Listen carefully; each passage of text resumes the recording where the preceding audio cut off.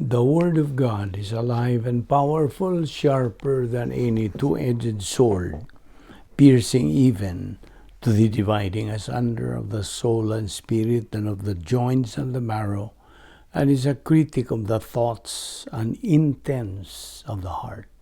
All Scripture is God-breathed and is profitable for doctrine, for reproof, for correction, for instruction in righteousness, that the man of God might be mature, thoroughly furnished unto all good works.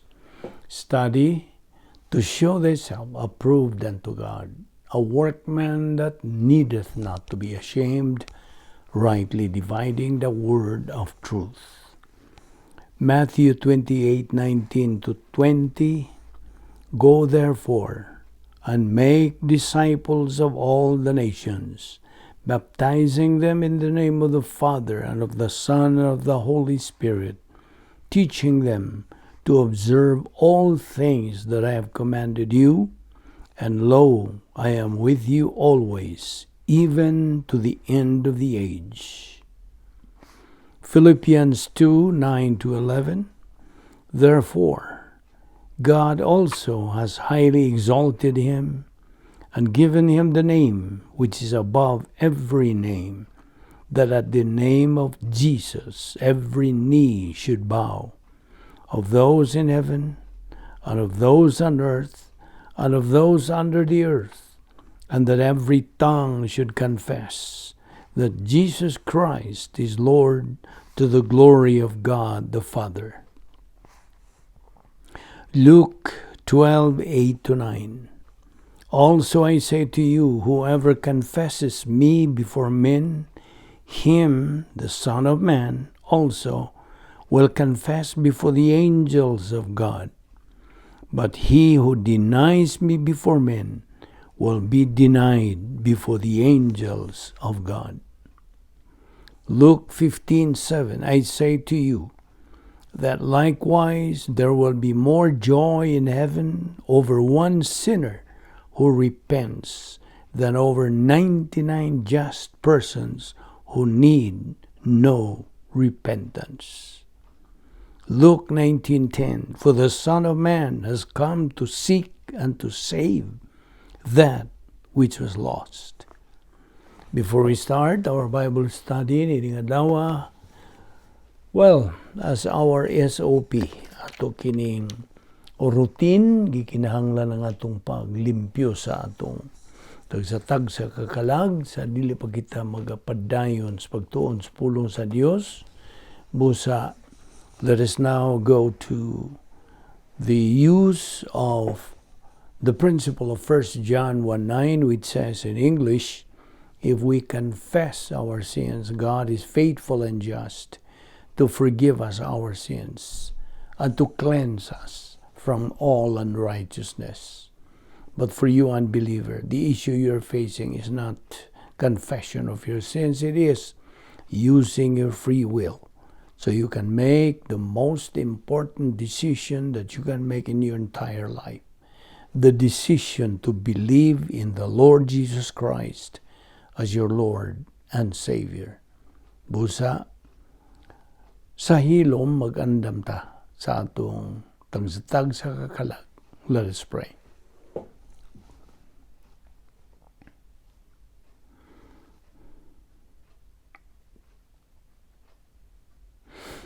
Let us pray. Amahan namong langit nun, nagapasalamat kami kanimo, ning lain no sa mga adlaw, ngay mong gidugang sa among pagkinabuhi, nga askil pa among panglawas na pa'y kalantip sa among pangunahuna, kinigumikan lamang sa imong gugma, imong kaluoy, ug sa imong grasya.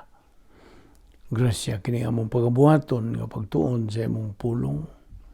Salamat sa imong pagkamatinumanon sa imong mga saad. Bani kami karon pinagis pagtudlo ka na musbalang Espiritu Santo, the only teacher of truth, so we can learn more of your truths sa among pagpadayon sa pagtuon niini. Kining tanan among ipasalamatan sa ngalan ni Ginoong Hesukristo. Amen. May ngadlaw, sa tanan natong mga subscribers, atong mga higala, atong mga silingan, atong mga igsoon diha ni Kristo, our fellow believers. Welcome kaninyong tanan. I hope na mo sa kapiskay sa inyong panglawas o nga kita magatutok. Let us concentrate sa atong pagtuon sa pulong sa Dios. Okay? Now, niya pa kita magadupot sa atong tunanan, adding to the gospel a great danger. Mao ni nga atong itun-an gyud ang unod gyud, ang matuod nga maayong balita sa kaluwasan. Aron sa ingon niya na atong matandi kini sa mga mini nga pagsangyaw kunuhay sa maayong balita sa kaluwasan nga maingon ta nga dili na maayo kanang maong balita. Kay ila na magidugangan. Ila na magikuhaan, gidugangan ba o giilisan ba o lahi sa matuod gyud nga maayong balita sa kaluwasan nga gitanyag sa Dios kanato pinaagi sa buhat sa kaluwasan ni Ginoong Hesukristo kay ang gibuhat dito sa cross. So mo na atong itun-an. Okay? Now, padayon ta diin ta mo hunong may tungod niyadtong kaamgid tali sa pagkatao pinaagis tubig o espiritu kay kinigod may tungod man di sa pagkukabildo na karon ni Ginoong Hesukristo ngadto ni Nikodimo nga misuway siya sa pangutana o kanang kasayod sa may tungod sa kaluwasan. So mao kini nga ang kaamgid tali sa pagkatao pinaagis tubig o espiritu nahimo na dinhi nga dayag. Mao ni atong giingon kagahapon. So maingon ang usa ka tawo kinahanglang matao aron kini makadawatong tawhanong kinabuhi. Mao man usab ang usa ka tawo kinahanglang matao pag-usab aron makadawat og espirituhanong kinabuhi. Now, ang pisikal nga pagkatao god mao ang sinugdanan sa tawhanong kinabuhi. Natural. Apan ang espirituhanong pagkatao mao ay sinugdanan sa espirituhanong kinabuhi. Now, ang espiritu dinhi may kalabutan sa Espiritu Santo, of course. Ang katungdanan sa Espiritu Santo ngadto sa dili magtutuo mao ang paglihok. In other words, he acts as human spirit. Paglihok silbing tawhanong espiritu o paghimos maayong balita nga masabtan. Now, walay makasabot sa plano sa kaluwasan o maluwas gawas lamang pinaagi sa ministeryo sa Espiritu Santo. Ang diagram nga Z nagahulagway giunsa sa Espiritu Santo sa paghimong tataw o masabtan ng maayong balita sa kaluwasan ngadto sa usa ka dili magtotoo kinsa usa ka patay nga espiritual. So, mao ni ang paagis pagkatao pag-usab. Mao ni atong hisgutan. Okay? So, paminaw yung maayo niini. Ayaw pagpakawa sa imong pagtutok niini. Now, ang pagkatao pag-usab, buhat kini sa Dios, Espiritu Santo. Di ba nina?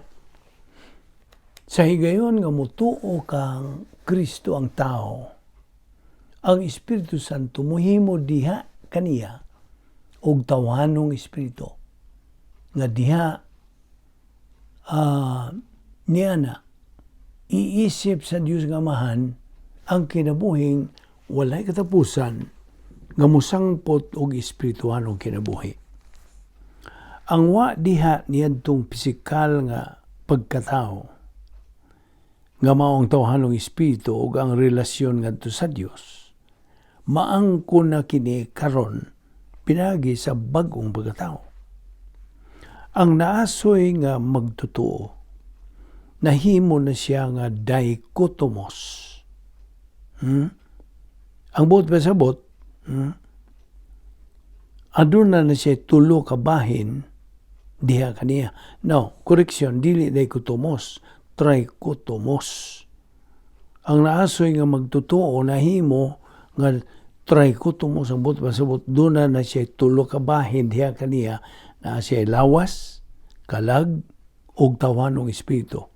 Ingon sa original nga Adan. First Thessalonica 5:23. Primero Thessalonica 5:23 na diha. Okay?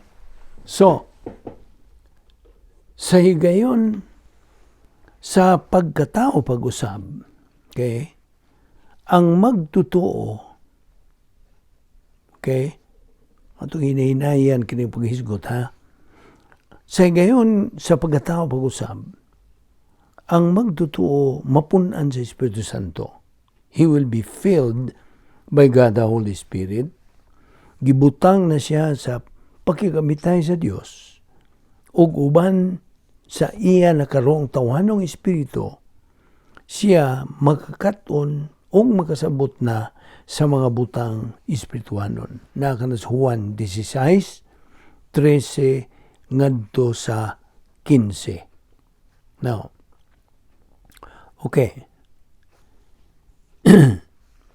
Ang gianak sa tao usab, dunay lawas, giisip nga kalag, ug kinaiyang makasasala. Ug ang gianak sa Espiritu Santo, Espiritu usab. Naa ka na sa Juan 3:6. Now, ang una natong pagkatao, nagasangkap ka nato og usa ka lawas nga may unod ug dugo. Ingon man, usa ka kalag nga may kinabuhi nga giisip sa Dios, apan ang walay tawhanong espiritu. Okay, walay tawhanong espiritu. Aron sa pagsud sa gingarian sa Dios ug sa pag-angkon og dayon nga relasyon ngadto kaniya, gikinahanglan ta ang pagpanag-iya og tawhanong espiritu. Si Nicodemo, wa unta kadto siya mahibong sa pagkasayod nga ang tao nanginahanglag ikaduha o pagkataong espirituhanon. Na Juan 3:7 nagkanayon, ayaw ikaw hibulong nga ako nag-ingon kanimo nga kinahanglan magpakatao kamo pag-usab. Karon, ang mga pulong ni Jesus nga ayaw ikahibulong, nagpakita kadto sa reaksyon ni Nicodemo. Nakurat si Nicodemo, moto akong giuni mo nga insiga iyang mata. Gihingusga ni Jesus pagbutyag nga si Nicodemo kinahanglang mataw pag-usab. Bisan pa sa tanang kahibalo niya, bahin sa daang pagkaigsaan, kinis Nicodemo labihan giyong pagkalibog, labihan niya ang pagkalibog. Sa ikatulong higayon, si Jesus misubli sa kinahanglan o ikaduhang pagkatao. Ug iyang gitapos ang iyang gipahayag, pinaagig pagulagway gikan sa kinaiyahan.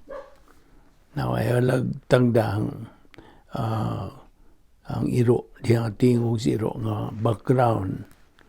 Okay, adto ta karon sa paghisgot, diin man magagikan ang hangin. Where does the wind come from? Diha sa Juan 3:8, kini na kanayon, ang hangin muhuros bisan asa kinibuot mo padulong, madungog mo ang paghuros niini, apan wala ka may balod, diin kinigikan o asa kini padulong. Sama usab niini ang tanan nga mataw pinagi sa espiritu. Klaro no? Juan 3:8. Now, dili ta makita ang hangin. Of course.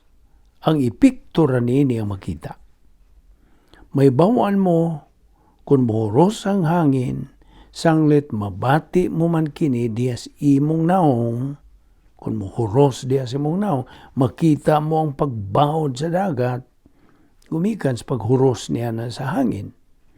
Mamatikdan mo ang pagbawog sa kakahuyan, o kaha ang pagkapuling sa imong mata o abog, di ba? Apan, dili mo may bawan. Giun sa paghapak sa maong hangin, ingon man asa kini padung. Maingon niya na ang espirituhanong pagkatao. Dili makita, apan labihan ang pagkatinuod.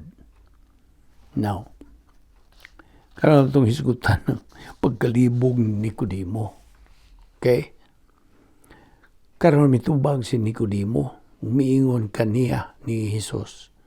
Unsaon man pagkahimo niini, Juan 3:9. Nalibog si Nicodemo, bisan pag migugol si Nicodemo og daghang mga katuigan sa pagbasa o sa pagsag-o sa tanang pagtulunan sa karaang tugon, ingon man sa mga pagtulunan sa relihiyon, sa mga Hudiyong batid sa balaod.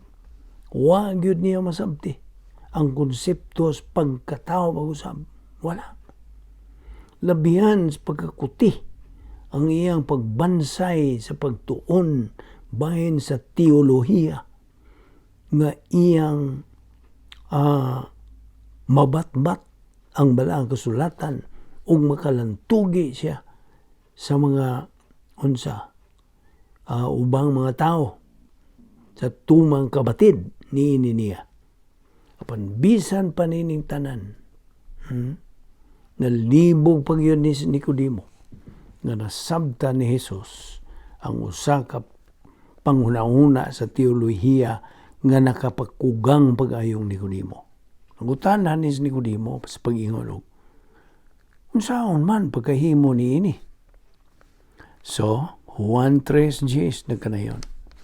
Si Jesus mitubag, wala ka ba mahibalo niini? Nga inila ka man unta nga magtutudlo sa Israel?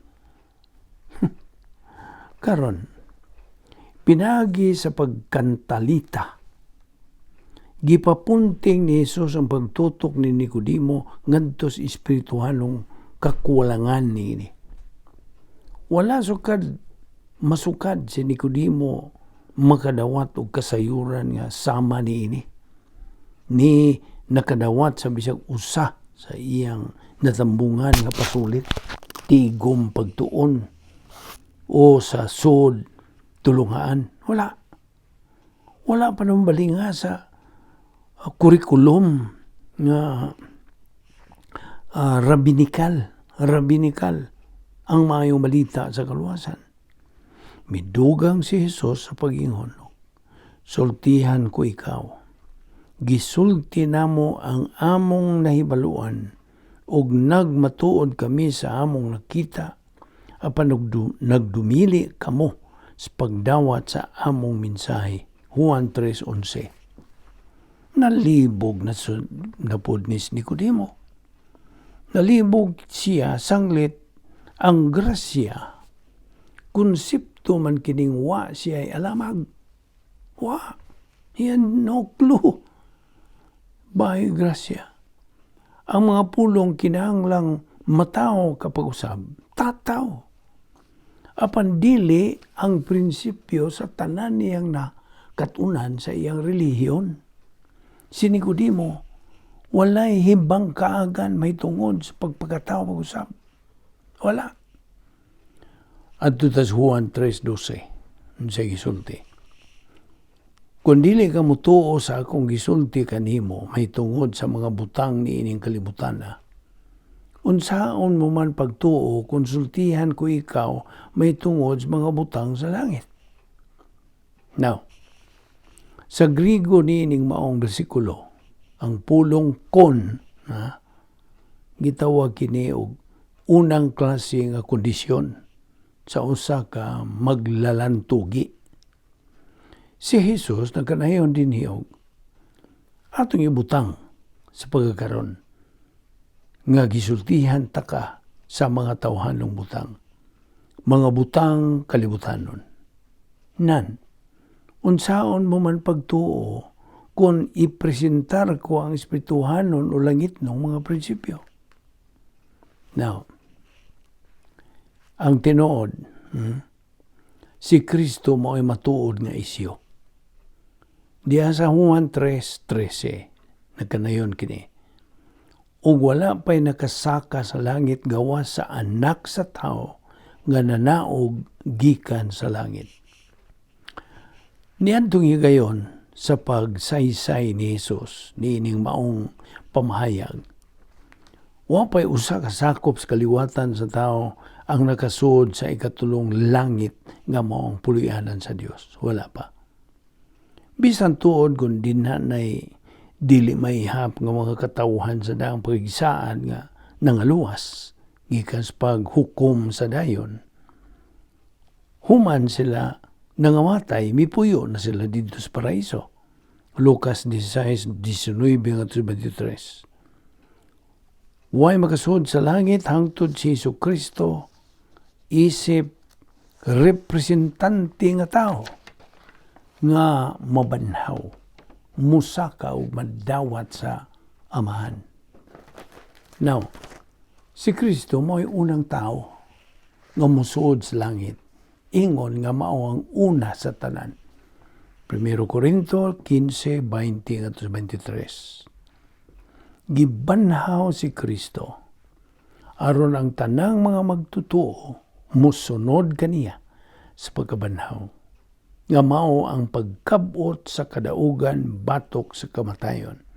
1 Corinto 15:54-58. Ang anak sa tao, usa kini ka titulo ni Ginoong Jesucristo nga nagahatag og empasiya sa iyang pagkatao. In his humanity. Si Jesus, dili kasagaran kung itandi siya ni bisan kinsang sakop sa kaliwatan sa tao, sanglit Diyos man usab siya, nga walay pagkakunod. Samtang siya bugos og hingpit nga Diyos. Ingon ka hingpit sa Amahan ug sa Espiritu Santo, matuod siya nga tao, nga nagkahiusa nga walay pagkakunhod sa pagka-Diyos diha sa usa ka persona hangtod sa kahangturan. Sa pagpahayag sa mayong balita sa kaluwasan, ang kanunay nga isyu maura ang dili kasagaran nga persona ni Ginoong Jesucristo. Kung si Nicodemo nakaila pa untag kinsay iyang gipakigkukabildo, tuuhan yun niya dili lang ang mga pulong ni Jesus, kundi dawaton usab unta niya ang kaluwasan nga gibuhat ni Ginoong Jesucristo. Karon, ato tubagon kini pangutana unsaon sa pagpagkatao pag-usab. Now, diha sa Juan 3:14-16 kini nagkanayon. Sama nga giisa ni Moises dito sa kamingawan ang bitin nga bronse nga gibutang og tukon. Ang anak sa tao kinahanglan nga iisa usab aron ang tanan nga mutuo kaniya makabaton og kinabuhing walay katapusan. Kay gihigugma pagayo sa Dios ang kalibutan ug tungod niini gihatag niya ang iyang bugtong anak aron ang tanan nga mutuo kaniya dili malaglag kundi makabaton ni hinuon sa kinabuhing dayon. Now, gibasi ni Jesus sa balaang kasulatan ang panapos niya nga pagpatinaw nga nasinati ni Nicodemo. Aron mahimong usa ka Fariseo, gikinahanglan ni Nicodemo ang pagsang-o sa gitawag nila og Torah, ang unang 5 ka mga basahon sa daang tugon, ug ang pagkuha og usa ka makuti nga pasulit. Nasinati niya ang mga panghitabo nga gihulagway sa Números Kapitulo 21. Diha sa versikulo 14, si Jesus mipahinomdom ni Nicodemo bahin niadtong maong mga hitabo nga mao'y nakapadamdag kaniya labot sa prinsipyo sa pagpakatao pag-usab. Ang kaamgid sa bitin nga tumbaga o sa kadto ka pasiuna bahin sa paglansang sa krus ni Jesus. Ang pag-isa sa bitin didto sa katukon gikaamgid kinis pag-isa kang Kristo dito sa krus. Ang bersikulo 15 nagapatinaw nga giisa si Jesucristo dito sa krus aron sa maong paagi kita makaangkon og kinabuhing walay katapusan. Ang gisulti nga bisag kinsa nagkahulugan kini og bisan kinsang sakop sa kaliwatan sa tao. Marelihiyoso ba siya? Madili relihiyoso? Walay pagkarelihiyoso? Moral ba? Maimoral ba siya? O walay moral? Si bisan kinsa. Si Nicodemo, si bisag kinsa nga makadungog o makabasa sa balang kasulatan, gitudluan kung unsaon pagpagkatao pag-usab. Tumuo ka kang Ginoong Hesukristo. Ang pagtuo walay merito. Wala kini buhat o tawhanon nga merito. Ang may bili sa pagtuo ana sa tumong niini. It is in the object. Bahin sa kaluwasan, ang tumong sa pagtuo mao ang walay sala nga si Ginoong Hesukristo. Sa ngadto-ngadto, mituo ra kinis Nicodemo ni Ginoong Hesukristo ingon nga iyang manluluwas ug nahimo nga iyahang sumusunod. Ang sunod nga higayon nga mo hisgot ang Biblia bahin ni Nicodemo mao ang pagkahuman sa paglansang ni Jesus dito sa krus. Si kinis Nicodemo ug lain pang Fariseo, si Jose nga taga Arimatea, mialagad ingon nga tagyayong sa lungon sa ato Ginoo. Now, ato ra kong hisgutan kining tawhanong pagkamatarong gisulban pinagis pag-isip og sa pagkamatarong. Ang sunod nga tisa, okay, the next brick, sunod nga tisa sa balabag, tali sa Diyos ug sa tao, mao ang pagkamatarong sa tao. Ang tawhanong pagkamatarong, usa kini kapag tandi nga pagkamatarong nga mo paatbang sa usa ka bahin sa mga tawhanong pamatasan ug mithi ngadto sa uban nga bahin. Adunay mga tao nga labihan sa pagkamaayo. Maayong tao gyud kun itandi ta sila sa uban. Mga maligdong, maugdang, talahuron, ug mga maayong batasan.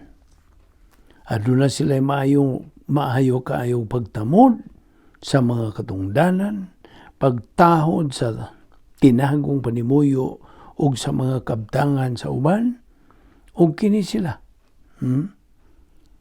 Kini sila mga matidul-anon nga pagtamod sa ilang mga isigataw. Yung kinabuhi man sila ubos sa mga prinsipyo sa Diyos nung katukuran ug ubos ba sa pagsinati sa kinabuhi.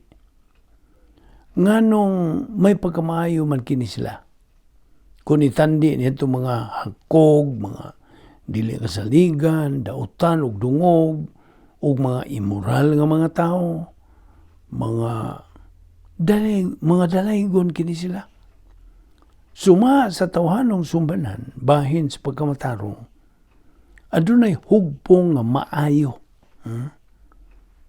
Aduna say dautan.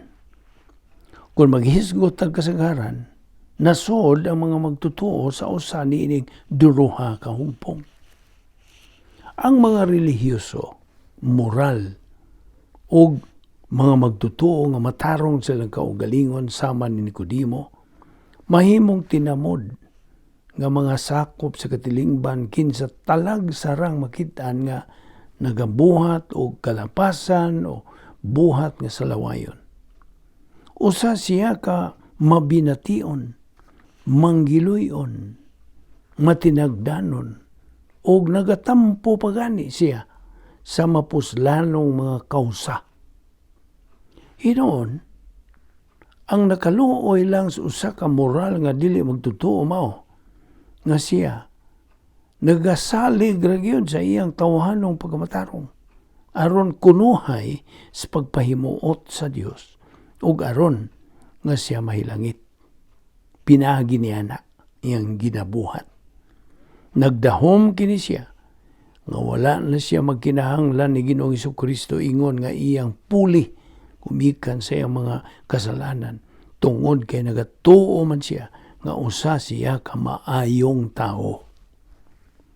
Unya, aduna usay dili magtutuo nga dayag nga talamayon ug nagabuhat og salawayong buhat. Tingali may pagkalawayan o walay maayong pamatasan kini siya. O tingali usa siya ka tawo nga uyon sa tago sa buhat nga dautan. O kaha usa ka bakakon o maluibon, usa ka palahubok ba, usa ka hilig sa ginadiling druga, o usa ba siya ka kriminal. Ang kalahian tali sa moral ug immoral nga mga magtutuo mao. Nga ang mga sala nga ginabuhat sa immoral nga tao may pagka maandakon, samtang ang mga sala sa usa ka matarong sa kaugalingon daw iyang ginatago kini luyo sa nagtakuban nga pagkatalahuron. Apan bisan pa niya na pinasikan sa tawhanon nga sumbanan sa pagtandi, mas bintaha pa ang usa ka moral nga dili magtutuo kaysa immoral nga dili magtutuo. Musta? Apat sulay sa pagtandi, kining mao nga paagi sa pagranggo bahin sa moral nga to sa hingpit nga sumbanan nga iya sa Dios. Samtang na nag-iya ang usa ka maayong dili magtutuo og mga halangdong hiyas, kini siya hinukman ng daan sukad pa sa iyang pagkahimugso o bubuhat pagpersonal nga mga sala. Walay tawhanong pagkamatarong ang sarang makakabot sa mga kinahanglanon nga iyaha sa Dios. Wala. Dili gayon makatandi ang tawhanong pagkamatarong sa dili magtutuo ngadto sa hingpit og lubos nga pagkamatarong sa Dios. Roma 3:23 unsay gisulti. Aniya pag-isip sa Dios bahin kanato. Nakasala ang tanan ug nakabsan sa himaya, meaning kinaiya sa Dios. Dinhi sa kalibutan, way tao nga nagbuhat kanunay og matarong og di gayon masayo. Ecclesiastes 7:20. Kaya ang kasulatan nag-ingon man, wala gayoy tao nga matarong, walay nakasabot o nangita sa Dios. Roma 3:10. Sama kami sa taong hugaw o ang among matarong nga buhat, sama lamang sa hugawng pahiran. Now, daghang mga tao nga nagakalibog sa mga mayong buhat. Ang pagkalibog sa mga mayong buhat, mao niya itong isgutan ragod. Ang mga mayong buhat sa kaliwatan sa tao, ang tawhanong pagkamatarong nga gisulti diya sa Isiya 64:6. Kini nagapahimutang sa labing malinglahon nga tisak sa balabag. Ang mga mayong buhat sagad musangko ngadto sa samang makadiyusnon og santuson nga lanses o lingla nga diha kang Nicodemo bahin sa iyong kaugalingon. Ano yung pipila ka mga pananglitan ini? Mahilangit ako tungod kay angayan kong mahilangit. Mahilangit ako tungod kay nagakinabuhi kog maayong kinabuhi. Mahilangit ako tungod kay nagrelihiyoso man ako. Apan ang tanan nga mga mayong buhat ning kalibutan isumada lang nga mga tawhanong pagkamatarong. Ang hingpit nga pagkamatarong sa Dios walay labot sa pagkamatarong sa tao. Ang bugtong paagi aron ang tao makamaton og relasyon ngadto sa Dios maora ang iyang pagpanag-iya og pagkamatarong tumbas sa pagkamatarong sa Dios. Kasabot ka? Ayaw linglaha ang imong kaugalingon. Ayaw. Ang relihiyon ug moralidad nagahatag og mini nga mga paglaom bahin sa pagkamatarong. Si Jesus miingon, busa, sultihan ko kamo, nga dili kamo makasud sa gingharian sa langit kung ang inyong pagtuman sa kabubuton sa Dios sama lamang sa gihimo sa mga magtutudlo sa balaod o sa mga parisiyo. Mateo 5:20. Sa laing pagkasulti, why bisan kinsa ang igo lang pagkamaayo aron makasud sa langit. Busa, unsaan man di pagtangtang sa maong tisa sa balabag. Mabungkag lamang ang tawhanong pagkamatarong pinaagi sa pag-isip o pagkamatarong. So, unsa man yung pag-isip sa pagkamatarong ta sa Dios? Unsaon man yung pag-isip sa pagkamatarong sa Dios? Now, ang kredito o abot nga bahin sa basahong kwentahan, okay? Ang usa ka kudlit, makapausab sa abot ngadto sa utang. Apan, aron sabon ang atong utang sa pagkadili matarong ngadto sa abot, kredito sa pagkamatarong sa Dios, usa ka lang nga butang nga ang Dios ray makahimo. Segundo Corinto 5:21 nagkanayon, walay sala si Kristo, apan gipakamakasasala siya sa Dios, aron kita sa atong pagkaiusa kaniya ni Ginoong Jesucristo makabaton sa pagkamatarong sa Dios. Now, paminaw, samtang nagabitay si Ginoong Jesucristo dito sa krus, giisip sa Dios ang tanang sala sa tibuok kaliwatan sa tao ngadto kaniya kang Ginoong Jesucristo, o gihukman siya. Gihukman kadtong mga sala diha kang Ginoong Jesucristo. Kadtong mao nga bayad sa sala mao'y nakabungkag sa unang tisa, the first brick dito sa balabag. Gidawat sa Dios si Kristo, ingon nga puli alang kanato, sanglit siya mismo, wa may sala. Ug busa, talagsaon siyang kalifikado pagkaingon nga puli kanato. Didto sa krus, iyang gipasan didto sa iyang kaugalingong lawas ang matag sala nga atong nabuhat, bisan pa kadtong mga sala nga ato pang pagabuhaton. Mga sala nga atong nabuhat kaniadto karon og sa moabot pa. 1 Timoteo 4:10, 1 Pedro 2:24. So gipasangil nga to kang Kristo ang atong mga sala.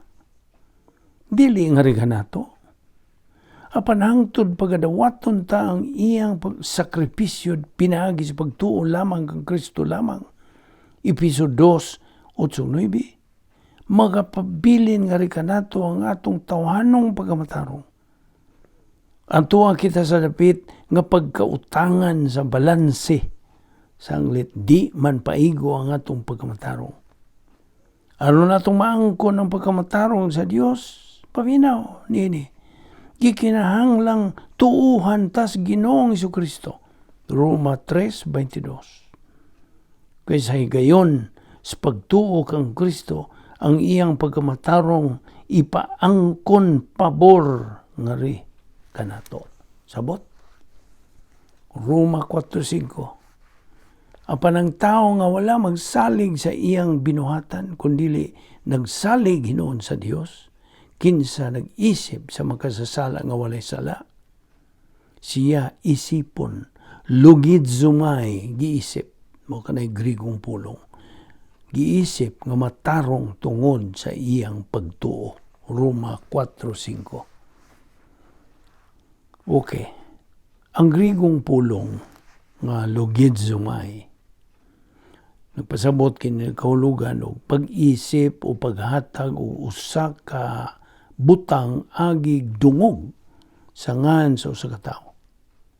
Ang pag-isip usa kini ka karaang pinulungan bahin sa termino sa pangwinta. Kang gipasabot bahin ang pagpahimutang sa bahin og dungog sa basahong kwintahan. Ang expiation, pagbayad, mo'y nakapagawas ka nato gikas pula. Samtang ang imputation, pag-isip, mibutang ka nato dito sa itom. Okay?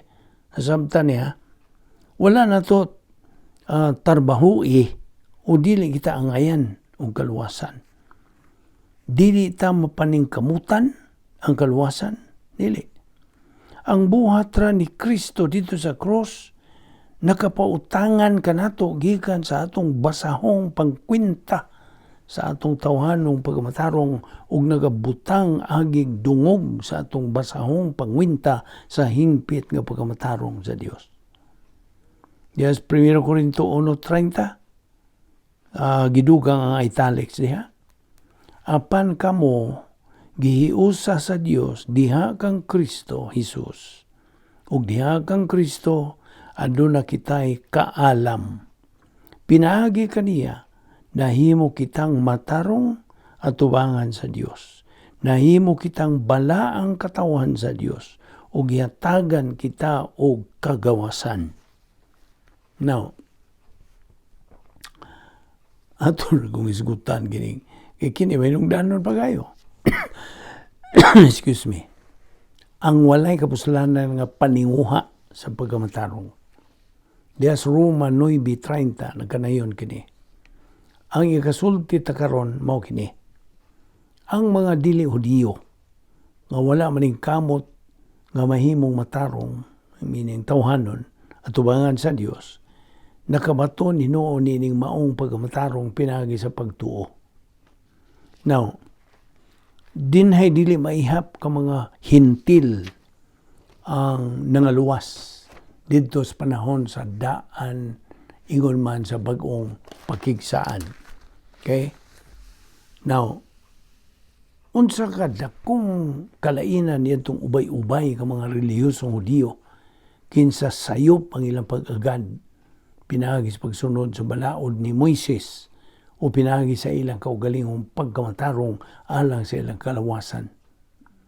Bisan unsa ka maka-Diyos nun o pagkamatinumanon sa balaod nila na nag-iya lang sila tawhanong pagkamatarong. Daghan sa mga hintil. Walay hibang kaagas balaod. Wala maninguha o tawhanong pagkamatarong. Sama niining relihiyosong mga Hudiyo. Giyon sa ilang nabatunan ang pagkamatarong, pinagis pagtuo. Pinagis pagtuo sa Ginoo sama sa gihimo sa unang Hudiyo nga si Abraham. Genesis 15:6. Niadtong higayon sa ilang pagtuo kang Kristo, ang pagkamatarong sa Dios giisip ngadto kanila. Agig pagtandi as a comparison, ang legalistic ng mga Hudiyo nagpunay paninguha, nagpunay pandimbasog, paningkamot apan bisan pa niya ng tanan ang ilang nakabot sa maong pagsugakod, maura gayod ang tawhanong pagkamatarong. Maura. Inay ng limbasog kining maong mga Hudiyo aron maangko nila ang pagkamatarong, mesamot na noon silang pagkautangan. Naulipon sa legalismo. Wala gyud kini sila makakabot sa pagkamatarong sa Dios. Wala. Roma 4:4. Wala gyud sila makasabot og grasya nga unta ang pagkamatarong sa Dios usaman ka libre nga gasa pinasikan sa pagtuo. Roma 9:31-32. Samtang ang Israel nga naningkamot aron mahimo silang matarong pinagis pagtuman sa balaod, wala hinuon mo lampos. Ngano man. Kaya ang ilang paningkamot, wa man ipasukan sa pagtuo, kundili sa buhat. Napandol sila sa bato na makapandol. Now, ang balaod sa pagkamatarong, usa kini ka hingpit nga pagkamatarong nga maangkon pinagis pagtuo kang Kristo. Daghan dito sa Israel ang wa man nag-iya sa hingpit nga pagkamatarong tungod kay wa man nila pangitai, wa nila pangitaa kini. Pinagig pagtuo. Wa sila mutuo sa Ginoo. Sa ilang pagpandimbasog sa pag-angkon o kaluwasan, sila napandol sa bato nga makapandol ug mao ang Mesiyas nga si Ginoong Jesucristo. Nautiman nga ang pagkamatarong pinaagi lamang sa pagtuo. Itisok yun sa imong panumduman. Samtang ang pag-isip o imputation sa English nagahatag og dungog ngadto sa atong basahong pangkwenta sa hingpit ang pagkamatarong sa Dios. Ang pagkamatarong, justification, nagapadayag kanato nga matarong sa mata sa balaod. Ang pagkamatarong, usa kini ka laing pagpakita sa grasya sa Dios. Pinasikan sa pag-isip sa hingpit nga pagkamatarong sa Dios ngadto sa magtotoo. Ang hustisya sa Dios nagapadayag unsa ka dili takos ang makasasala nga mamatarong o madawat niya. Ang Grigong pulong dikayuo, usa kini ka kumon nga Hellenistic nga balaodnong pinulungan nga nagkahulugan og pagmatarong, paghimatuod o pagpadayag nga matarong. Ang Dios gawas nun sa pagpadayag sa magtutuo nga matarong tungod kay ang maong magtutuo na nag-iya naman sa pagkamatarong sa Dios. Ang pagkamatarong nakahulugan og pagpanag-iya sa hingpit nga pagkamatarong sa Dios. Wa kini magpasabot og ingon nga wa gayon ako makasala. Wala. Now dinhi lang una nato ihunong kini. Okay? Ato ipadayon ni ugma.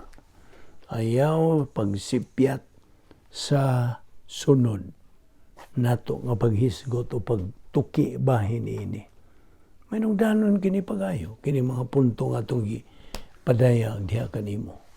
Nara kanimo, pagsabot ni ini og dili, doon na kay kabubuton. It's a matter of choice. Ug busa, gidapit ka. Ayaw pagpakawa sa do not deprive yourself from learning the truth. Kay kini may kalabutan sa atong pagkakristohanon nga dili unta kita mutuo sa bisag unsang mga mini nga pagtudlo karon. We have to be very discerning, and that's why ang atong titulo, ang atong uluhan, ang atong hisgutan mao ang adding to the gospel, it's a great danger.